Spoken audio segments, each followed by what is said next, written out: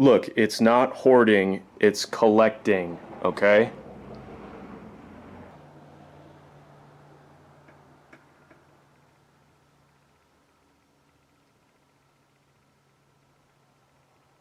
Make sure to subscribe or I'm going to put a smoke tune on your common rail. Happy Halloween, Internet. I just got back from a cursed estate sale.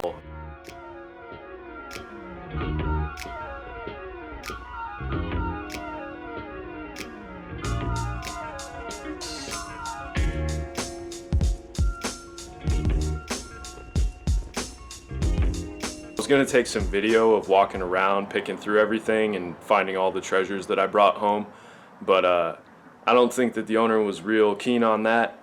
But anyways, I just wanted to showcase some of the junk that I came home with. Some of it's actually pretty cool. So I picked up this hoist because it's a complete one. The one that I just got a couple weeks ago for free was missing parts, so it's kind of rednecked together right now. But I think I can combine the two. And then probably the coolest score of the entire thing is all of this hardware.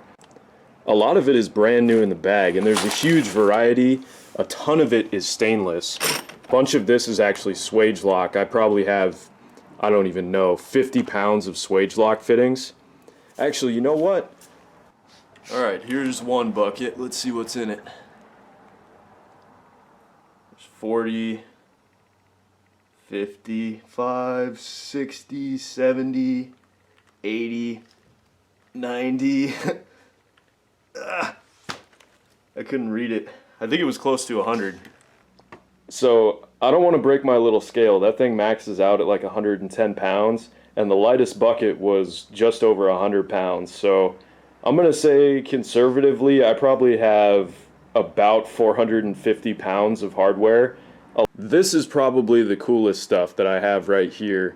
I'll get to that in a sec. Let me work up to it, give you the grand reveal.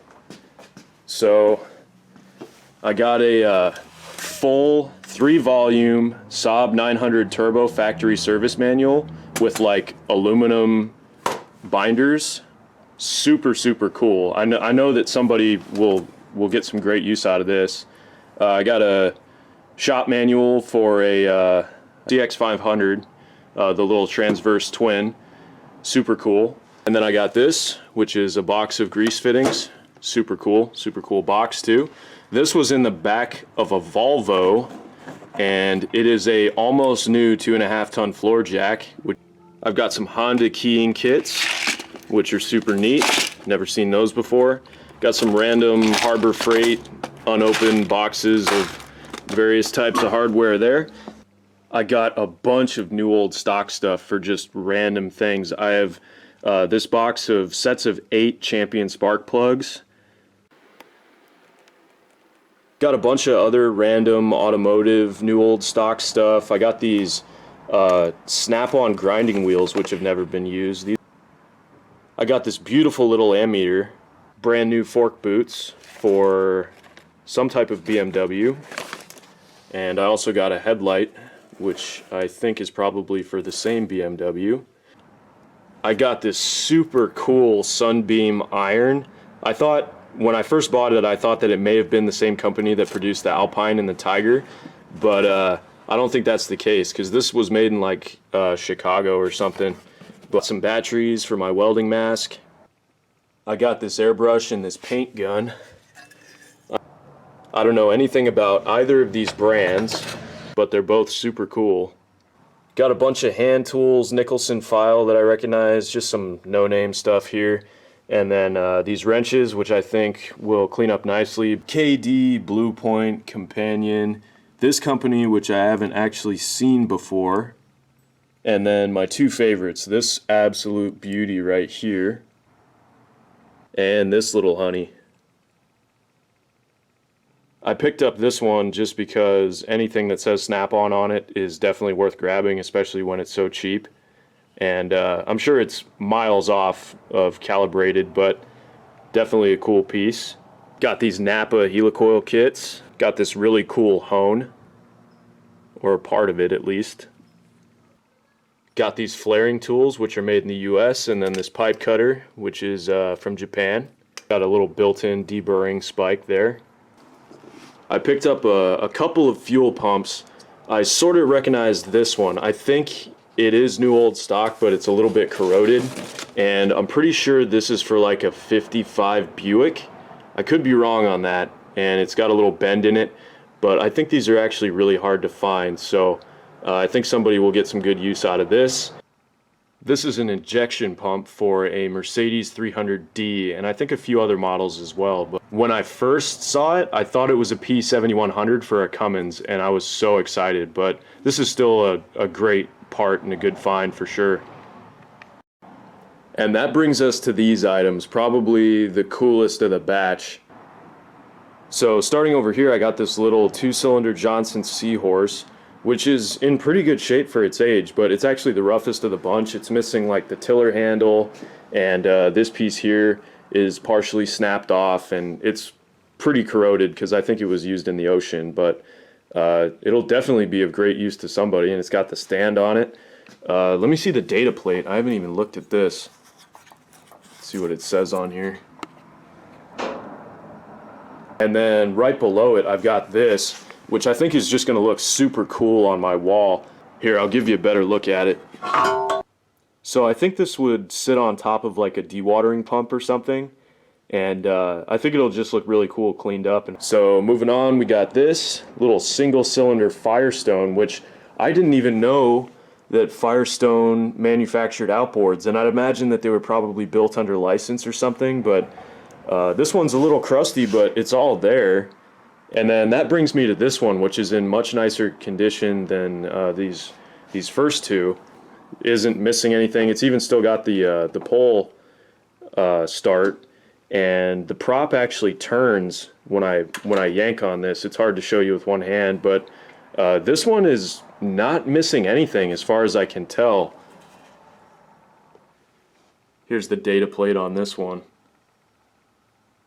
And then these three are great, but this one is different. I think that these two were produced in the 50s. I don't know if this one was a little later. It seems like it might be.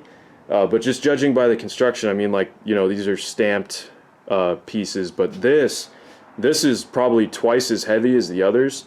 And I think that's because it's all, like, cast. There's, like, some little dents in it. It's missing the pole start stuff, just like the Johnson.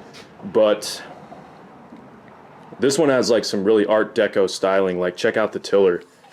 So fold this bad boy down and look at that. So here's the linkage, which still works, by the way. Check it out. Look at that. So I think this has got to be 40s or maybe even earlier. I could be wrong, but super, super cool. And it's got this really funky propeller design on it.